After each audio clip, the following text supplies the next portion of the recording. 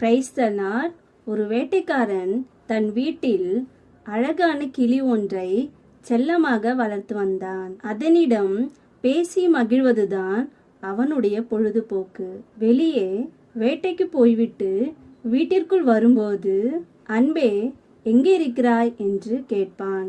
நான் இங்கே இருக்கிறேன் என்று அந்த கிளியும் சொல்லும். இந்த ஆச்சரியமான கிளியிடம் பக்கத்து வீட்டு பையனும் நட்பாக இருந்தான். ஒரு நாள் அந்த கிளியை தனக்கு சொந்தமாக்கிக் கொள்ள ஆசைப்பட்டான். அந்த பையன் வேட்டைக்காரன் இல்லாத நேரம் வந்து அந்த கிளியை எடுத்து தன் சட்டைக்குள் மறைத்து கொண்டான்.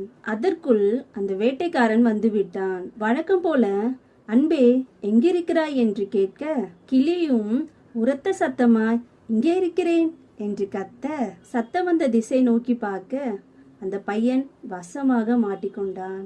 நாம் திருடக்கூடாது என்பதில் வேதம் மிக உறுதியாயிருக்கிறது. ஆகவேதான் 10 கட்டளைகளில் 10வதாக யாருடையதையும் எதற்கும் இச்சிக்க கூடாதென்று கர்த்தர் சொன்னார்.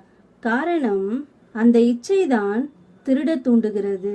பிறருடையதை நம்முடையதாக மாற்ற எந்த வகையிலும் பிரயாசப்படக்கூடாது. 2 வித திருட்டு உண்டு. அவசிய திருட்டு, ஆசை திருட்டு.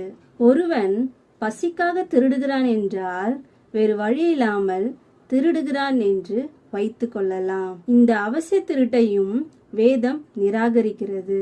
அவசிய திருட்டையே தேவன் கடிந்து கொள்ளும் போது ஆசைக்கு திருடலாமா?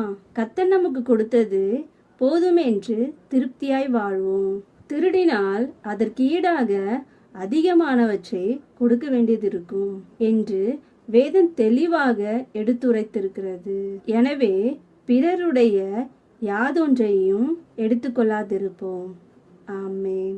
பாதைக்கு தீபம், பேதைக்கு வெளிச்சம், உந்தன் வசனமே.